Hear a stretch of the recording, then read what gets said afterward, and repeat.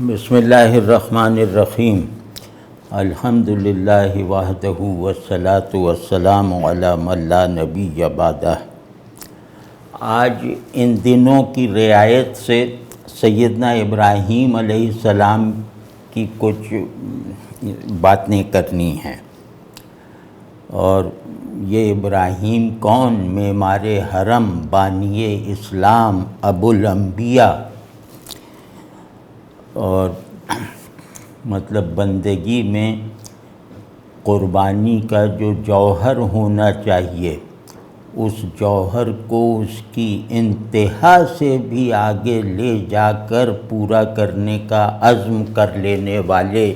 اللہ کے دوست، اللہ کے ہر حکم کو اس حکم میں موجود مطالبے سے بڑھ کر پورا کرنے والے یہ تھے ابراہیم۔ تو مطلب حق کا کوئی بیان، حق کے ساتھ نسبت کی کوئی صورت قیامت تک کے لیے سیدنا ابراہیم علیہ السلام کو وسیلہ کبریٰ مانے بغیر ممکن نہیں ہے۔ تو یہ تھے ہمارے حضرت ابراہیم علیہ السلام۔ اور جیسے میں نے عرض کیا کہ معمار حرم یہ اقبال نے بہت کہا ہے، اور اقبال کی قبر پر اللہ کی رحمتیں نازل ہوں۔ سیدنا ابراہیم علیہ السلام کو ہمارا رسمی اسلام جو ہے وہ تقریباً بھلا بیٹھا تھا، اور مسلمانوں کے اندر سیدنا ابراہیم علیہ السلام کی جیسی والہانہ محبت اور احسان مندی ہونی چاہیے تھی ویسی ہی جیسے رسول اللہ صلی اللہ علیہ وسلم کے لیے ہے۔ تو وہ چیزیں ہمارے دینداروں میں سے، یا یوں کہہ لیں کہ ہماری جو دینی نفسیات ہے اس میں بہت کمزور پڑ گئی تھی۔ بس درود ابراہیمی پڑھنے تک حضرت ابراہیم علیہ السلام کا تذکرہ محدود ہو کر رہ گیا تھا مسلمانوں میں۔ تو اقبال نے سیدنا ابراہیم علیہ السلام کا مرتبہ، آپ کی امامت، یعنی آپ کا امام الانبیاء ہونا، آپ کا بانی اسلام ہونا، اور آپ کو بالکل ایک قلب زندہ کے ساتھ ماننا، یہ ایمان کا تقاضا ہونا، اور اس امت کو اس کی ابراہیمی نسبت کے حوالے سے بار بار دکھانا اور دیکھنا، یہ اقبال نہ ہوتے تو ہمارے یہاں یہ تعلق جو ہے وہ شاید اور زیادہ کمزور ہوتا چلا جاتا، مرجھا جاتا۔ تو بہت احسان ہے اقبال کا کہ انہوں نے ہمارے ابراہیمی الاصل ہونے کو ہماری نفسیات میں، ہمارے روحانی احوال میں، اور ہمارے دینی شعور میں جو ہے وہ اس حد تک بحال کرنے کی کوشش کی جس حد تک اس کا ہمارے مرکز شعور میں ہونا لازم، واجب اور فرض تھا۔ تو اب یہ معمار حرم باز بتعمیر جہاں خیز اقبال کے یہاں بہت موقعوں پہ آیا ہے۔ تو اس معمار حرم کی اگر علامتی معنویت جو کوئی میرے اور آپ کے تخیل سے نہیں پیدا ہوگی، بلکہ حضرت ابراہیم علیہ السلام معمار حرم ہیں، یہ مان لینے کے نتیجے میں معمار حرم کا جو رتبہ ہوگا، معمار حرم کی جو اپنی حیثیت اور عظمت اور فضیلت ہوگی اور انفرادیت ہوگی، وہ خود بخود ایک ایک پرت کر کے کھلتی چلی جائیں گی۔ کوئی بھی یہ تجربہ کر کے دیکھ لے۔ تو اس میں معمار حرم کا مطلب یہ ہے کہ اللہ کا گھر ابراہیم بنائیں گے، یعنی اس دنیا میں اللہ تبارک و تعالی کے لیے وہ تعمیر ابراہیم کریں گے جسے اللہ اپنا گھر کہے گا اور اپنا گھر کہلوائے گا۔ تو یہ انفرادیت ہے۔ گو کہ ایک روایت ہے کہ حضرت آدم علیہ السلام نے پہلے بنایا تھا، لیکن وہ روایت مطلب مجھے نہیں معلوم کہ اس میں صحت کتنی ہے، لیکن وہ بھی ہو تو اس کے بعد باوجود یہ کہا جائے گا کہ حرم ابدی زمین پر وہ ابراہیم اور ان کے صاحبزادے نے بنایا ہے، اور ابراہیم علیہ السلام کو اللہ تبارک و تعالی نے ایک طرح بیت اللہ کی اونرشپ بھی دے دی تھی، یعنی وہ مقام ابراہیم کو مصلی بنا کر اور پھر حج کے لیے پہلے منادی کی حیثیت دے کر اور پھر سارے انسانوں کا امام بنا کر اللہ نے گویا اپنے تک پہنچنے والے تمام سچے مسافروں پر لازم کیا کہ امامت بھی ابراہیم کی ہے اور زاد راہ بھی ابراہیم دیں گے تمہیں۔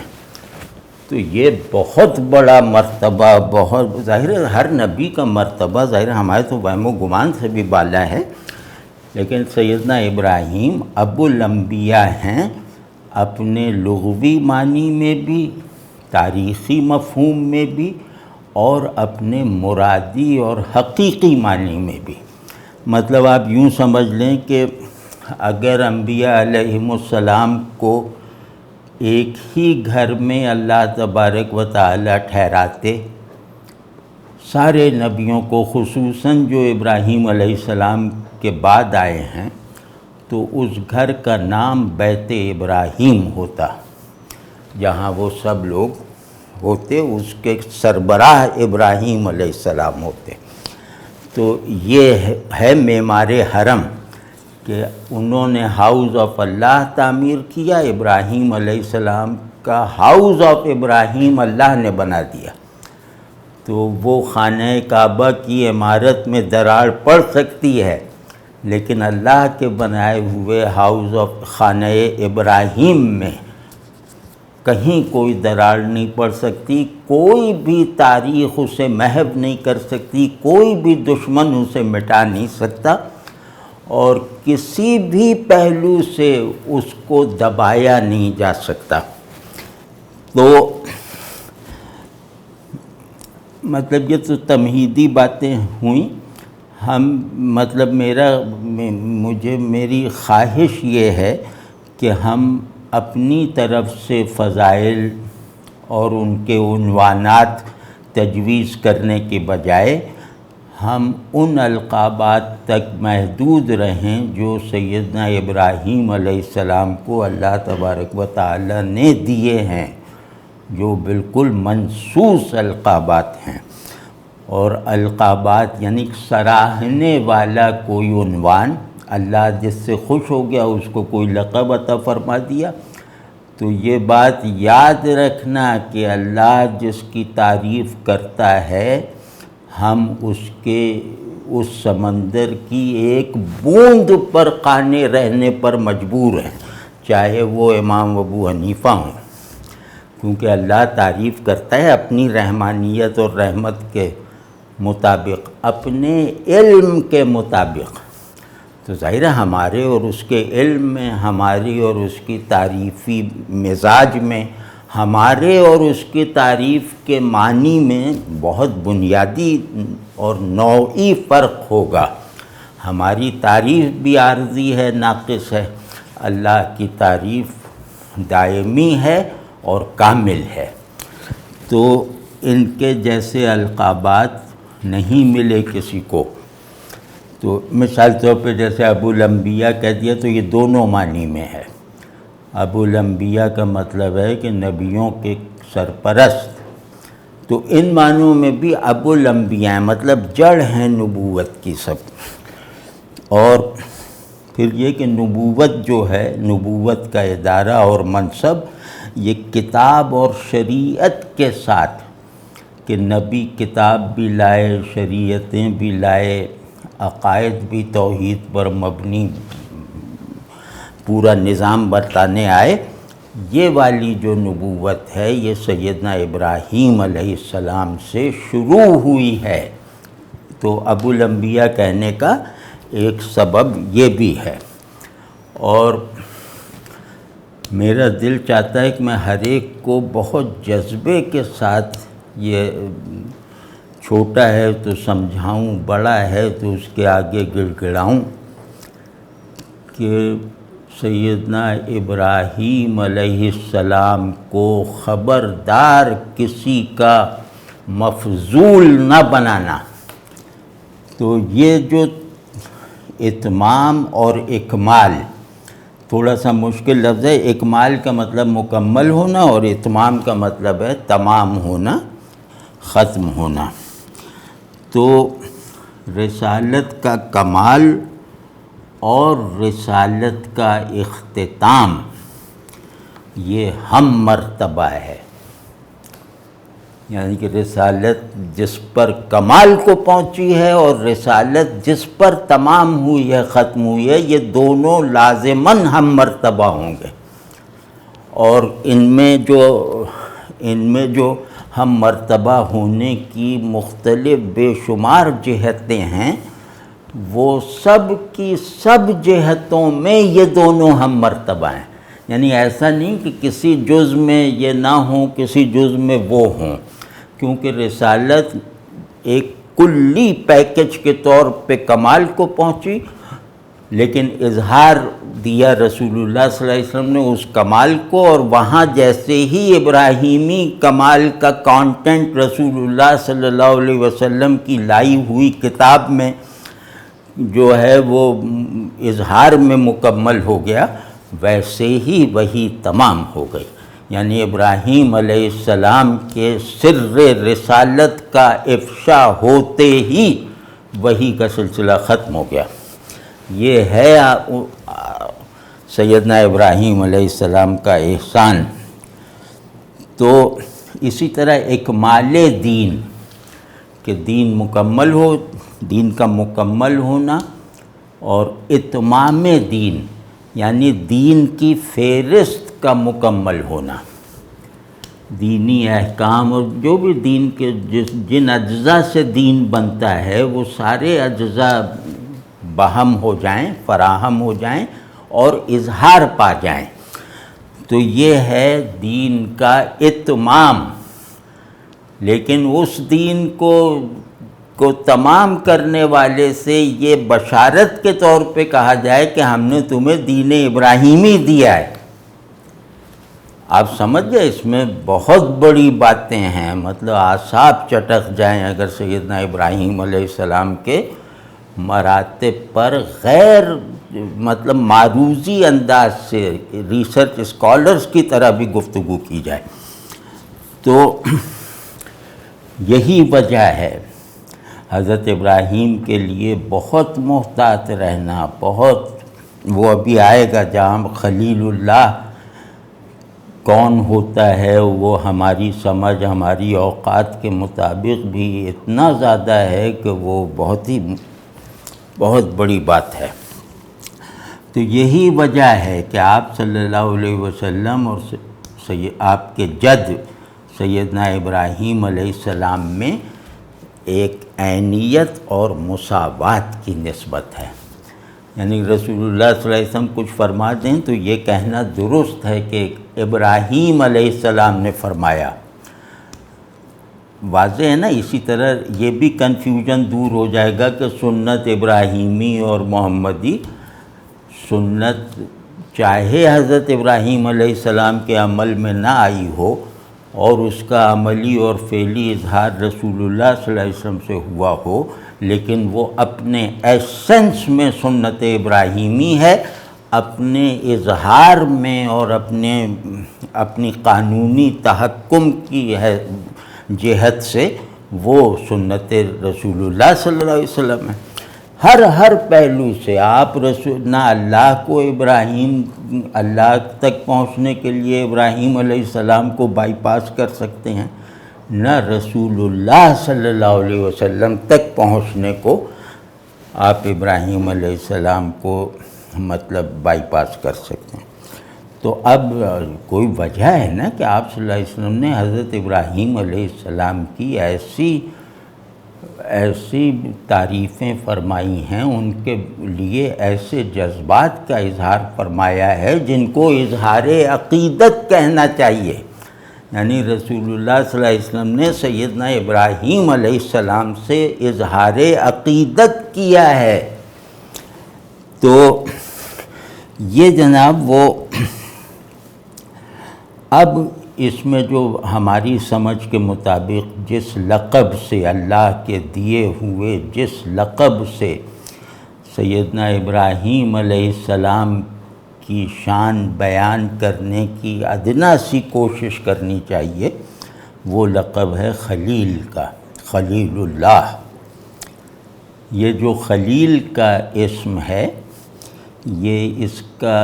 جو وہ ہے وہ یہ بنا ہے خلت سے، خلت۔ تو خلت کا مطلب ہے دوستی کا سب سے اونچا مرتبہ، اور وہ مرتبہ کیا ہے کہ جہاں محب اور محبوب، یعنی دوست دو ہیں نا، تو جہاں محب اور محبوب میں پردہ نہ رہ جائے، اور محبوب کے یعنی بڑے دوست کے جو مرکزی دوست ہے اس کے وہ حقائق و اسرار بھی اس پر خلیل پر منکشف ہو جائیں جنہیں خود محبوب کے سوا کوئی نہیں جانتا۔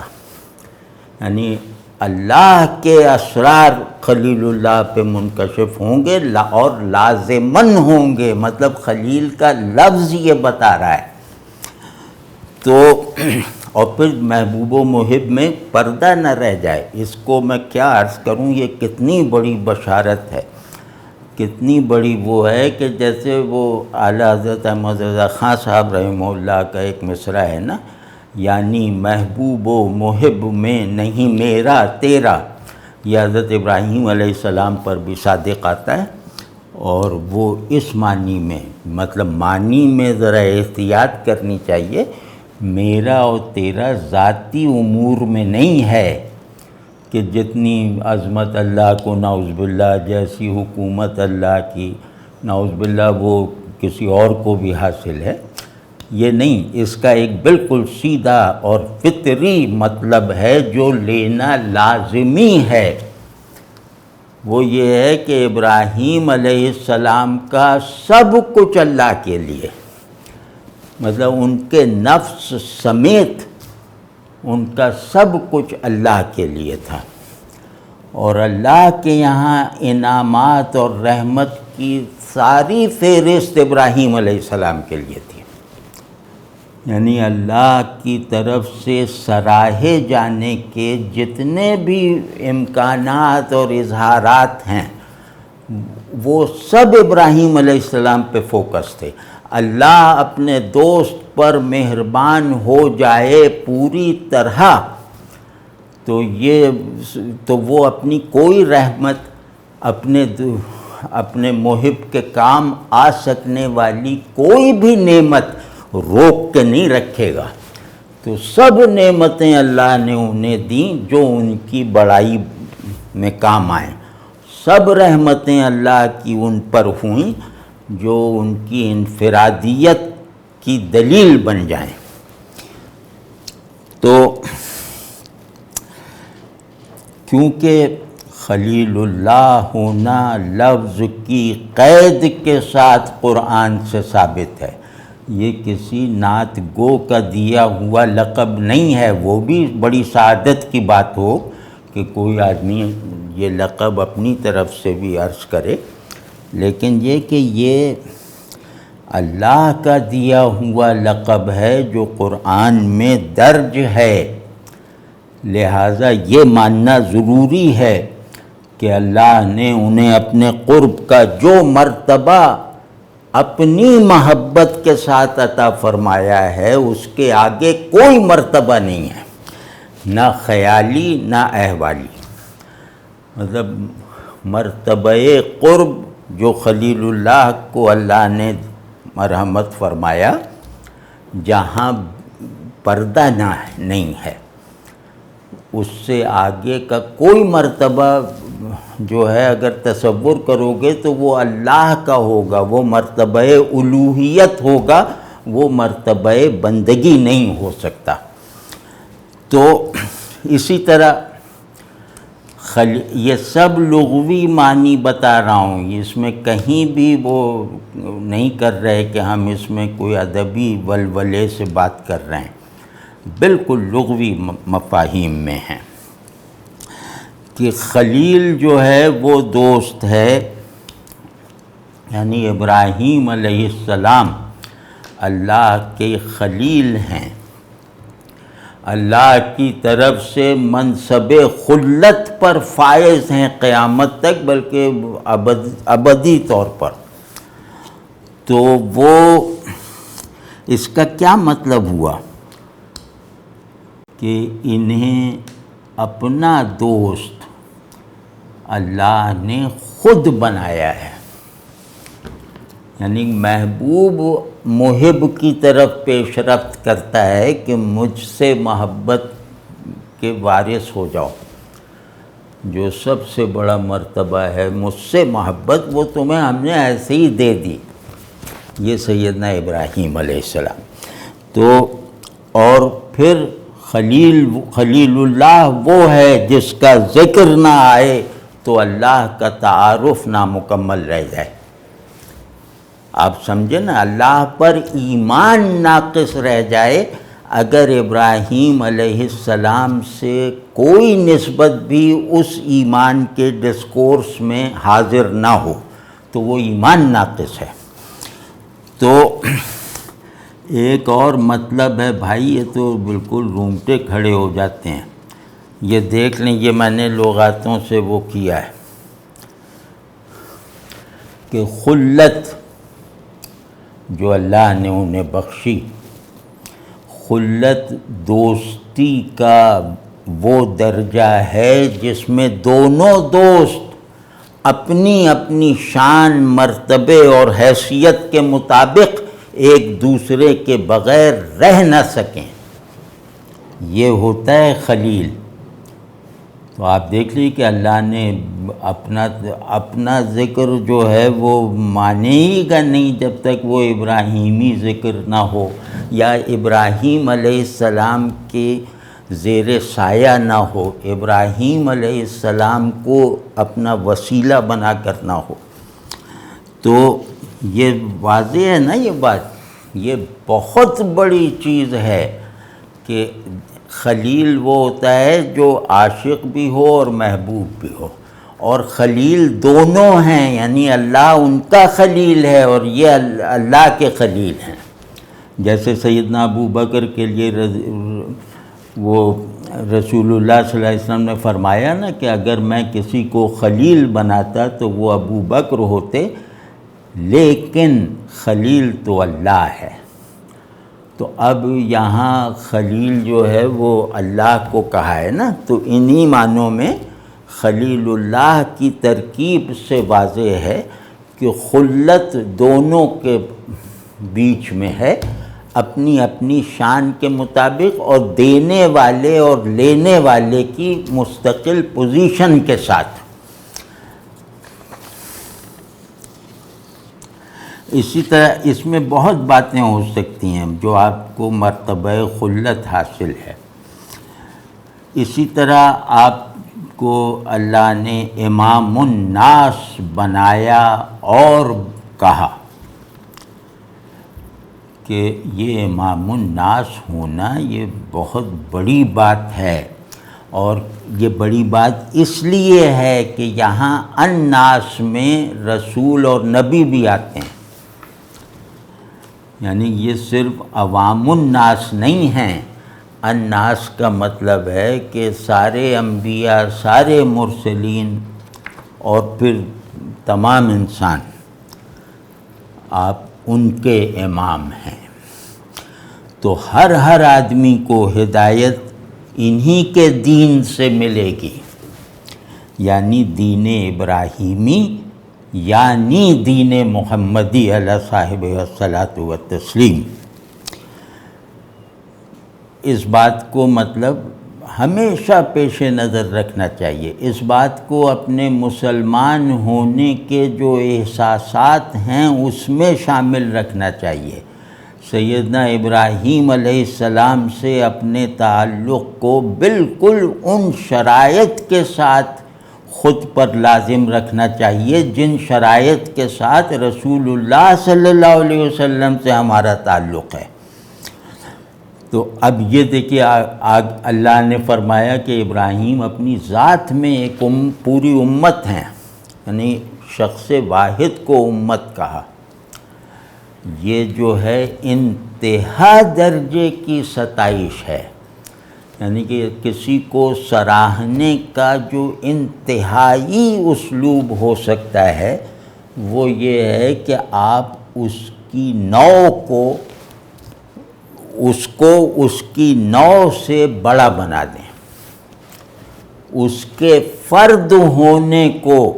نوع انسانی کا کنٹینر بنا دیں اور نوع انسانی کے بہترین حصے کا کنٹینر بنا دیں، اور پھر یہ کہ جو اس کے بغیر آدمی کیا ہے کا صحیح جواب ناممکن ہو۔ ابراہیم علیہ السلام کو ریفرنس بنا کر انسان کیا ہے کا درست جواب محال ہے اگر ابراہیم علیہ السلام اس میں نمونے کے طور پر اور آئیڈیل کے طور پر نہیں ہے۔ تو اپنی ذات سے ایک امت ہونا مطلب یہ بہت بڑی بات ہے، یعنی کسی مفرد کی تعریف جمع کے صیغے میں کرنا اور جمع کے صیغے کو بھی جمع حرفی نہیں بنانا بلکہ جمع اسمی بنانا، ان لفظوں کے لیے معافی چاہتا ہوں کہ وہ جمع کا صیغہ اسم واحد کے طور پہ برتنا، یعنی مجموعے کو اسم واحد بنا کر ایک فرد واحد سے منسوب کر دینا، یہ بہت بڑی تعریف اور مدح ہوتی ہے جو اللہ نے بالکل بے غبار طریقے سے بلا تاویل آپ ان مطالب تک پہنچ سکتے ہیں، اور پہنچ تو نہیں سکتے، لیکن بہرحال آپ جتنا بھی اس میں غواصی کرتے چلے جائیں آپ کو احساس ہوگا کہ نہیں بات بیان نہیں کر پا رہا یا بات کو ٹھیک سے سمجھ نہیں پا رہا، اس چیز کو اچھی طرح محسوس نہیں کر پا رہا کیونکہ میرا دل بھی چھوٹا سا، دماغ بھی ادنا سا ہے۔ تو ابراہیم علیہ السلام کی ایک منزلت عجیب سی ہے کہ ان کا ذکر کرنے والا ان سے کمتر ہو کر ان کا ذکر کرے گا، یہ فضیلت کسی کو نہیں حاصل کہ سیدنا ابراہیم علیہ السلام کا تذکرہ جس نے بھی کیا ہے، یعنی نبیوں میں،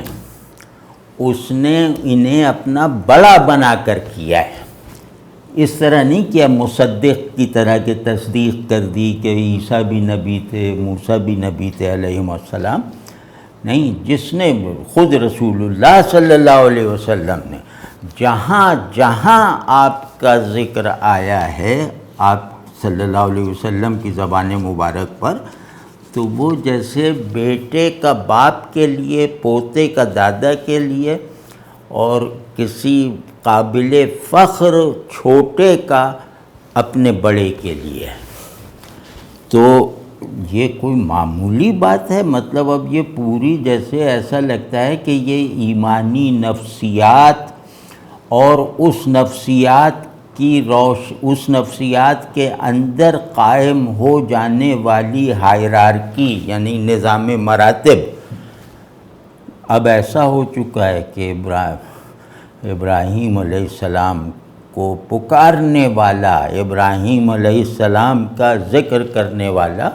خود کو ان کا ممنون، ان کا احسان مند اور ان کا چھوٹا بنا کے پیش کرتا ہے۔ تو اپنی ذات سے امت کا ایک مطلب اور ہے، ظاہر بہت سے مطلب اور ہیں لیکن ہمارے خیال میں ایک مطلب اور ہے وہ یہ ہے کہ اللہ سے تعلق، اللہ سے اللہ ہی کی ہدایت کے تحت اور اللہ ہی کے معیار پر، اللہ ہی کے طلب کیے ہوئے معیار پر رکھنے کے لیے جن صفتوں کی، جن چیزوں کی بھی ضرورت ہے، وہ سب کے سب اپنی مکمل اور کامل شکل میں ابراہیم علیہ السلام کو ودیعت کر دی گئی تھی۔ یعنی بندگی کا کوئی کمال ایسا نہیں ہو سکتا جو سیدنا ابراہیم علیہ السلام کو ایک سرچشمے کی حیثیت سے نہ ملا ہو۔ ان کے چشمے کی سب بوندیں اللہ نے دی تھیں، لیکن ان کے چشمے کو چشمہ نہیں کہلانے دیا، سر چشمہ بنا دیا کہ جس سے اب دوسرے نبیوں کے چشمے پھوٹیں گے۔ اور پھر اب اگر یہ کہا جائے کہ ان کی شخصیت کیسی تھی، یہ وہ نبی ہیں جن کی شخصیت کے خصائص و اوصاف اور مزاج کی تفصیل بھی اللہ نے بتائی ہے۔ یعنی ان کی شخصیت کا تجزیہ کرنے کے لیے بھی کسی اور جگہ سے لفظ لانے کی یا اوصاف لانے کی ضرورت نہیں ہے، وہ بھی اللہ نے بتائی ہیں۔ اب آپ دیکھیے کہ کتنا محفوظ کر رکھا ہے اللہ نے انہیں کہ یہ ہمارے پروردہ ہیں۔ ان کو کوئی یہ وہم نہ کرے کہ کوئی چیز اس نے ان سے منسوب کر دی ہے یا انہوں نے کوئی چیز کسی اور سے لی ہے۔ ان کی شان میں کوئی اضافہ ممکن نہیں ہے، کیونکہ وہ شان ہم نے بنائی ہے تمام تر تفصیلات کے ساتھ۔ وہ اب دیکھیے کہ یہ اللہ کی نظر میں آدمی کیسے تھے۔ حنیف، اللہ کی طرف ہر حال میں ایسا یکسو رہنے والا کہ اس کی آنکھیں اپنے فوری ہدف کو دھندلا دیکھتی ہیں اور اللہ کی حضوری کو پورے اجالے کے ساتھ، پورے قطعیت اور وضاحت کے ساتھ مشاہدہ کرتی ہیں۔ جس کی دید کا ہر عمل اللہ کی حضوری پر ختم ہو، جس کے بازار جانے کی بھی منزل، جو بازار بھی پہنچے تو اللہ تک پہنچنے کا سفر کیا ہے اس نے، جو اپنا تصور باندھ ہی نہیں سکتا اللہ کی بندگی کو اپنا تشخص بنائے بغیر۔ یعنی جو اللہ والا ہے اور کوئی چیز والا نہیں ہے، وہ ہر چیز والا ہو سکتا ہے لیکن اس نے اللہ والا ہونا پسند کیا۔ اور حنیف اس کو بھی کہتے ہیں کہ جس کے ظاہر اور جس کے باطن کو بنانے، چلانے اور محفوظ رکھنے اور ترقی کے حال میں رکھنے کی سب قوتیں اللہ کی طرف یکسو ہوں اور اللہ کی طرف بڑھنے میں مدد دیں۔ یعنی ان کی کوئی بھی چیز فعل میں ہو، حال میں ہو، خیال میں ہو، کوئی بھی چیز شعور میں ہو، لا شعور میں ہو، جو بھی ہو، کوئی بھی چیز ایسی نہیں تھی جو اللہ کے قرب کا یقینی ذریعہ نہیں تھی اور اللہ کی حضوری کے لیے درکار یقینی مظہر نہیں تھی۔ اس کو کہتے ہیں حنیف۔ تو پھر فرمایا ہے ایک واقعے پہ، یہ جو لقب دیا ہے اواہ حلیم، کہ آپ نے اپنے والد کے لیے دعائے مغفرت کی کیونکہ آپ وعدہ کر چکے تھے ان سے کہ میں کر دوں گا، تو وعدہ پورا کرنے کے لیے ان کی مغفرت کی دعا کی۔ تو پھر جب اللہ ہی نے بتا دیا کہ بھئی یہ تو ہمارے دشمن کے لیے تم کر رہے ہو، تو اللہ کا سب سے بڑا نوازا گیا دوست یہ کیسے گوارا کر سکتا تھا کہ وہ اپنے اپنے محبوب واحد سے لڑائی اور وہ تصادم رکھنے والے کسی کو بھی مان لے یا اس کے لیے کوئی ایسی چیز اللہ سے طلب کرے جو آداب دوستی کے خلاف ہو، قانون نہیں، صرف آداب دوست کا دشمن ہمارا بھی دشمن، تو اس پہ پھر جب یہ ہو گیا کہ انہوں نے بالکل ان سے بیزاری ظاہر کر دی، وہ دعا روک لی، اب اس کے بعد اللہ یہ اس ٹکڑے پر اس آیت اور واقعے کو مکمل کر رہا ہے کہ اور ابراہیم اواہ ہیں، حلیم ہیں، یعنی ان کا یہ جو دعا کرنا ہے اپنے مشرک والد کے لیے، یہ کوئی نافرمانی اور نعوذ باللہ قانون شکنی وغیرہ نہیں تھی، انہیں ہماری دوستی پر اعتماد اتنا ہے کہ یہ ہر بات سے پہلے وہ کوئی قانونی دستاویز نہیں کھولتے، اور ہماری دوستی کی وجہ سے یہ جیسے رقیق القلب ہیں، نرم دل ہیں، اور جیسے آہوزاری کا ایک جنریٹر ان کے اندر دل کی صورت میں لگا ہوا ہے، تو یہ ان کی نرم دلی اور رقیق القلبی کی وجہ سے ہوا ہے کہ انہوں نے ان کے لیے دعا کی، اور پھر حلیم ہیں، صرف اواہ نہیں کہا، اواہ کہتے ہیں مجذوب جیسا آدمی، جو اللہ کا مجذوب ہے بطریق آہوزاری، اور حلیم کہتے ہیں سالک کو، یعنی جو ہوش میں بھی اللہ کا ہے اور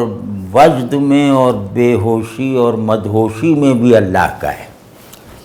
تو حلیم یہ کہ جس کی جو بہت برداشت کر لیتا ہو، بوجھ، ناگواری، تکلیفیں،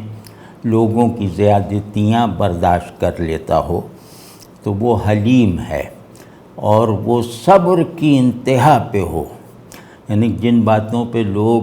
دشمنی پال لیتے ہیں، ایک دوسرے سے لڑ پڑتے ہیں، یہ ان باتوں کو بھی نظر انداز کر کے ان باتوں کے مرتکب کو معاف کر دینے والا مزاج رکھتے ہیں۔ اور پھر اس میں ایک ذرا سا چھپا ہوا باریک مطلب یہ ہے کہ حلیم وہ شخصیت، یہ اب شخصیت کو حلیم کہہ رہے ہیں نا، اللہ کے حلم پہ بات نہیں ہو رہی ہے،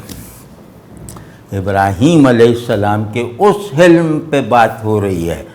جس کو اللہ کی تائید حاصل ہے، اللہ کی طرف سے تصدیق حاصل ہے۔ وہ یہ ہے کہ جو حلیم ہوگا نا، اور اللہ کی طرف سے حلیم بنا دیا گیا ہوگا، تو وہ کبھی مایوس نہیں ہوتا، وہ کسی سے بھی مایوس نہیں ہوتا۔ وہ جن چیزوں پہ لوگ مایوسی جیسے لگتا ہے کہ بہت ریشنل ہے، وہ ان چیزوں پہ بھی مایوس نہیں ہوتا، کیونکہ اس نے آگ کو گلزار بنتے دیکھا ہے۔ تو وہ اپنے باپ کی طرف سے بھی ہو سکتا ہے کہ مایوس نہ ہوں، جبھی تو دعا کی نا، اور یہ کہ اس میں جلد بازی نہیں ہوتی۔ جس کو بھی اللہ نے حلم عطا فرمایا ہے وہ جلد باز نہیں ہوتا، بے صبرہ نہیں ہوتا۔ تو اب یہ جو اوصاف ہیں، یہ آپ دیکھ لیں تو آپ کو لگے گا کہ یہ سب تو جیسے حضرت ابراہیم علیہ السلام کو دیکھ کر حلیم کے معنی، حلیم کا لفظ بنایا گیا، اور اس کو وہی معانی دیے گئے جو ابراہیم علیہ السلام کے یہاں انتہا درجے کی بلندی اور کمال کے ساتھ موجود ہیں۔ اب اسی طرح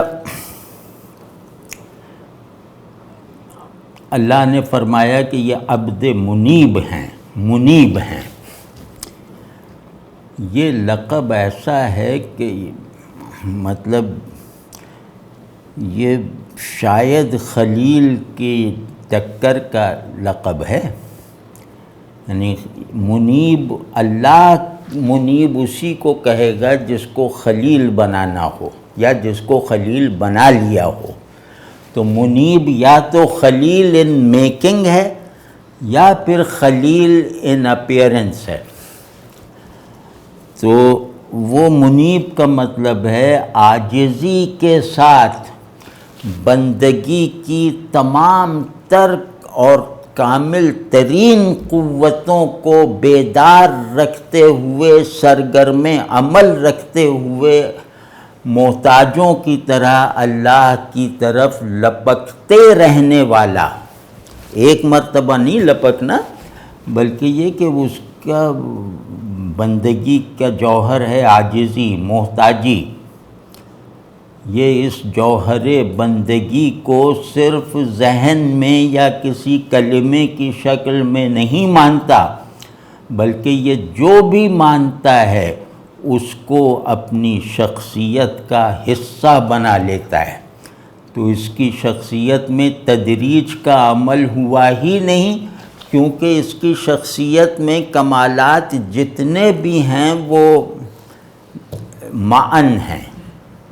ایک ہی آن میں ہیں. تو یہ ابراہیم ہے جو ایک آن میں اللہ نے کامل بنایا، اور جن کے اوصاف میں تدریج کا عمل نہیں دکھائی دیتا. تو یہ جو ہے کہ عاجزی کے ساتھ اللہ کی طرف لپکتے رہنے والا. اب یہ عاجزی ظاہر ہے کہ صرف ذہنی نہیں ہو سکتی، یہ عاجزی قلبی بھی ہوگی، ذہنی بھی ہوگی، احوالی بھی ہوگی اور فعلی بھی ہوگی. تو اللہ سے تعلق ایک کامل بندہ اپنی پوری کامل ترین بشریت کو کام میں لاتے ہوئے اللہ کی طرف محتاجی کی پکار کے ساتھ لپکتا رہتا ہے. اس کا لپکنا ایسے ہے کہ وہ جہاں سے لپکتا ہے وہاں بھی اللہ ہی ہے، وہ اللہ سے اللہ کی طرف لپکتا پھرتا ہے، کیونکہ لامتناہی منزلیں ہیں نا. تو اس کا ہماری طرح نہیں ہے کہ گناہ کر کے توبہ کر کے پھر اللہ کی طرف رجوع کیا. وہ اللہ ہی سے اللہ کی طرف لپکتا رہتا ہے، اور اس لپک میں، اس سارے حال میں ایک لمحے کا خلل اور توقف اور وقفہ نہیں ہے. تو یہ تھے ہمارے سیدنا ابراہیم علیہ السلام. اور آج جو ہے وہ کیونکہ موضوع ہی یہ تھا کہ آپ کی شان میں اللہ نے جو باتیں ارشاد فرمائی ہیں ان تک خود کو محدود رکھا جائے. محدود کیا نہیں، یہ میں توبہ کرتا ہوں اس بات پہ کہ محدود رکھا جائے، بس وہی سب کچھ ہیں. کیونکہ جس کو اللہ سراہے اس کو ہم لوگ کیا کریں گے. تو ہم تو بھائی اسی پہ خوش ہیں کہ اللہ نے انہیں سراہا ہے،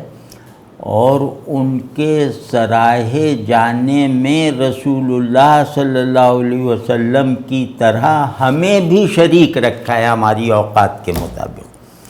تو یہ بڑی خوش قسمتی ہے.